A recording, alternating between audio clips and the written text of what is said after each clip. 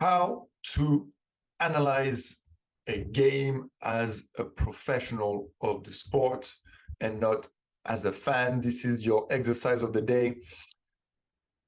A quick and fun way to improve your football IQ, and you can actually improve it by a lot with this exercise, analyzing the behavior of one of your favorite player, or simply a player that has your style, your position. So obviously, if you're here, you have done the week one, the self-awareness part. If you need to go back to that to really understand who you are as a player and who you should analyze, go back to it.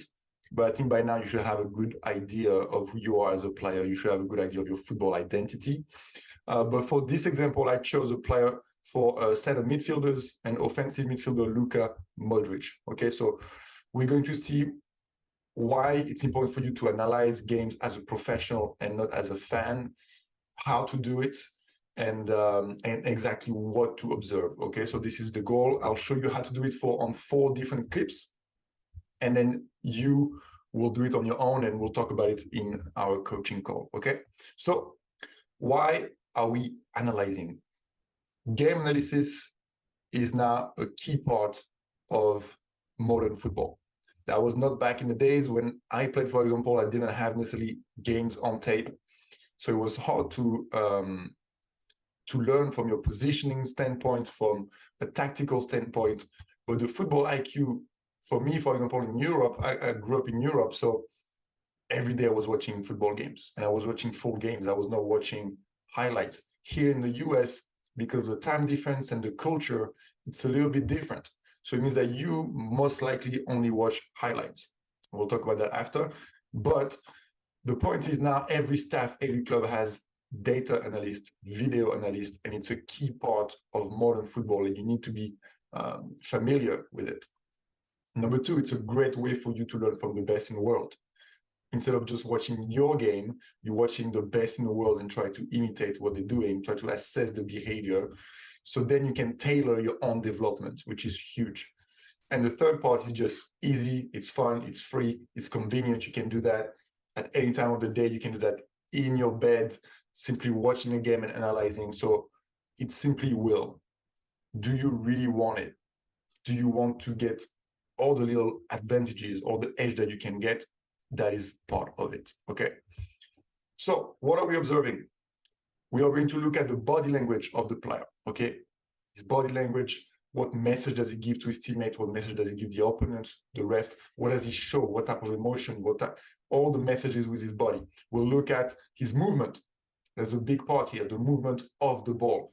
Often when you watch a game, a highlight, you're going to see the best part of the game, the few minutes where a player did something amazing with the ball. But what is happening on the 89 other minutes? That's what matters, because that's what actually happens for most of the game when you don't have the ball. Reminder, as a player, you have the ball for 1, 2, 3, 4 minutes max in the game. Everything else you do without the ball, you need to understand that. This is your football IQ as well. And then the last part is the technical proficiency, meaning for his position, what type of technique does he use a lot? Again, going back to self-awareness, what does he prefer? And then you can see what you prefer, and do you use that as much? Okay, so that's the idea, to observe those 3 things. How to do it in the right way, in the best effective way. Again, number 1, do not watch highlights, watch a full game. You can very easily find full games on YouTube. Just put full match and your team, and you will find a game, maybe not the recent one, but you will find a full match. And it's very important to choose that and not, again, watch the 1 minute of greatness, but what do you do? What does a player do at a higher standard? All the little details that we don't see. The second part is the hardest part. It's taking your eyes off the ball. When you watch the game as a fan, you want to see the play, you want to see the action, so you're looking at the ball, what's going on around the 2, 3 players around the ball. You don't necessarily see what's happening on the opposite side. And most of the time, what's happening on the opposite side, it's what will happen next, the spaces that you create, etc. So do not follow the ball, but only follow the player. And sometimes you might not see it on the screen. That's fine. You get to imagine where he is, and then he appears on the screen again. But that's the hardest part, taking your eyes off the ball. And the third part is make sure you write down what you see. By writing it down, you will improve the retention rate. What your brain will remember is going to become second nature. Okay, and this is why, again, Europe versus US, it's not technically, it's not physically that there's a big difference. It's in the IQ, in the creativity. It's in, again, doing all those little details, the highest standards possible for as long as possible in the game. Okay, so a little bit about the context of what you're going to see. Of course, I decided to choose Luka Modric. And why? Simply because he's been one of the best center midfielders for the last 10 years. Very consistent. Number two, and for me, this is the best reason, is because a lot of you in the program are here because you are at an age where physically a lot can happen. Some players are growing very quickly, some players haven't grown yet. And so for you who are maybe a little bit shorter, you might use that as an excuse. And of course, it's harder physically, I understand that. But we need to get past that as well and understand that your football IQ, your understanding of the game, will compensate for a lot of the physicality that you're missing, even in modern football. And he is the perfect example. I always take Messi, Verratti, Modric as example. Here, we're also looking at the Ballon d'Or winner in 2018, despite losing the final of the World Cup. And this is the game we're going to watch. I just picked up 4 clips that happened in the first 15 minutes of the game of the final between France and Croatia in 2018. Okay, so let's have a look. So again, this is things that I will want you to do later on. Okay, so pause the video, go back to it. You can slow it down, you can faster it if you want. On YouTube, you have this option. Play with it until you really kind of pick up some things and write it down. That's the process. So this first clip, let's play it.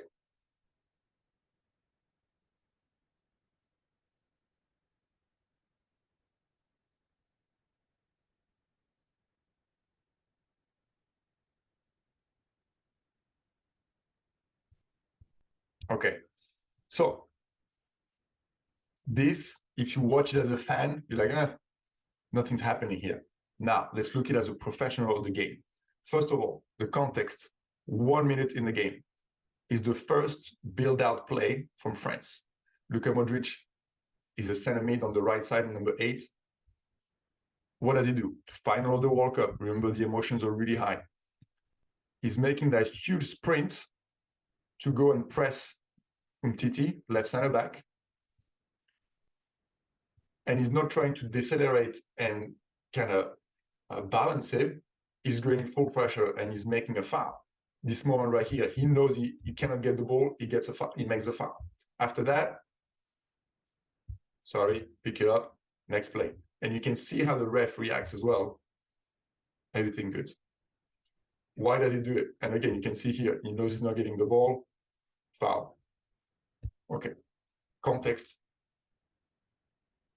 Like I said, a lot of emotion. He wants to show that the team is ready. He wants to show he's the captain of the team, that we're going to put the intensity, we're going to put the fight. We're not going to let them. Now, Umtiti knows that, okay, when you get the ball, you're not going to have time. You're going to have somebody on you. So you're trying to put something psychologically as well. Psychologically as well for your team. You bring a lot of intensity, a lot of energy. You show that you're going to the battle as the smallest player on the field as well, maybe with N'Golo Kante. That's something that we don't see. Okay, and the body language, picking it up after that, sorry, next, he's not getting a yellow card for that, he knows, but he's trying to make an impact. That's 1 minute in the game, okay? Interesting. The second clip, and you see, we are 6 minutes in the game now, little possession at the back. Let's see what the Croatian magician is doing right here.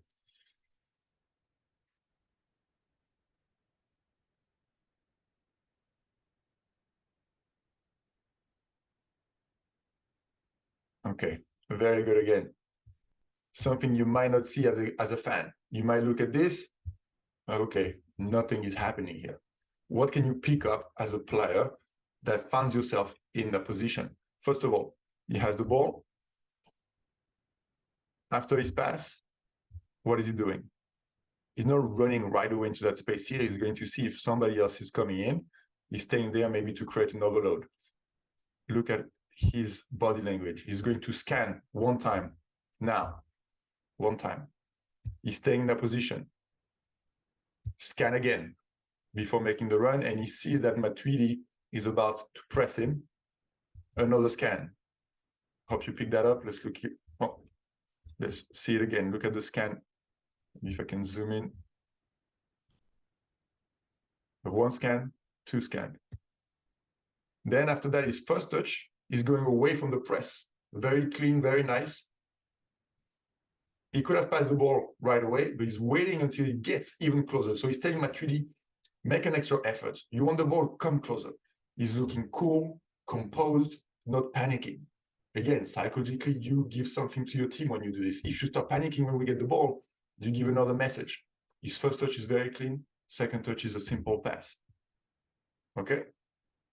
That's something we don't see as well. And then he directs as well with his arm saying, okay, maybe we can play. It's not happening. Next one. Third clip.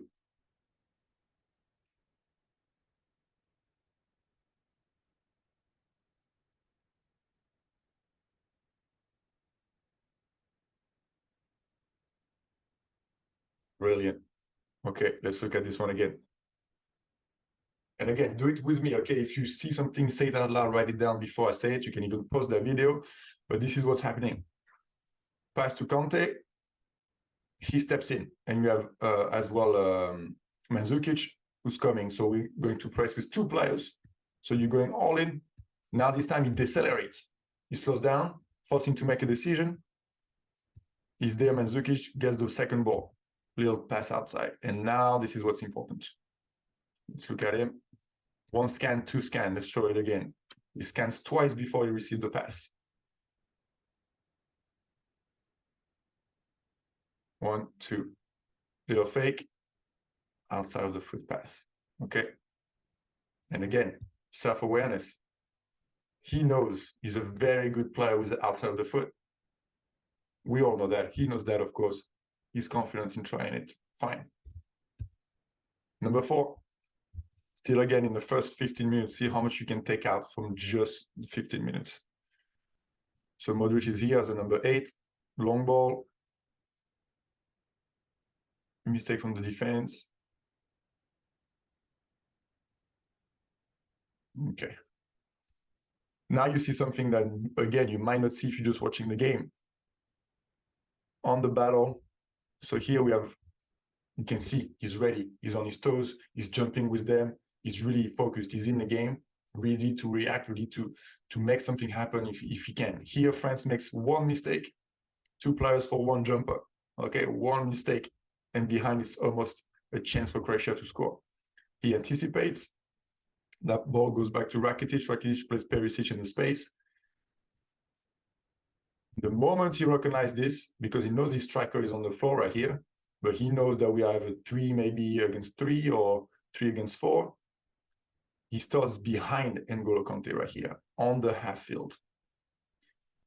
Your job as a center mid, his job as an offensive center mid is to get in the box, to bring numbers in the box when he can. And he's doing that sprint. He's not jogging there. He's going with intention. He's going to finish in front of N'Golo Kante. And you can see a difference into his rhythm compared to N'Golo Kante, who reacts a little bit, and then after that he goes. It's a little bit late. This is the amount of details we need. Okay, let's look at him. Boom, put the burners on, and now Kante react now only. So if you're watching the game, you only look at this player and this player. You don't see the back post run. Okay, that's it. Just an idea on how to analyze games. As a pro, now it's your turn, your job to do it. Very simple again. Choose one full match on YouTube. Choose one player in your position, and that has your style of play that will be even better. Watch the first 15 minutes and analyze as a pro. Once you get comfortable with this, play around, play with different time periods of the game, the first 15 or the last 15. Use different players that maybe resemble you a bit more. But this is very important for you, for your football IQ to increase, to get the edge on all those players, okay? As usual, we'll talk about it in the coaching call, and feel free to text me or to DM me in the platform if you have any questions regarding this exercise. Enjoy.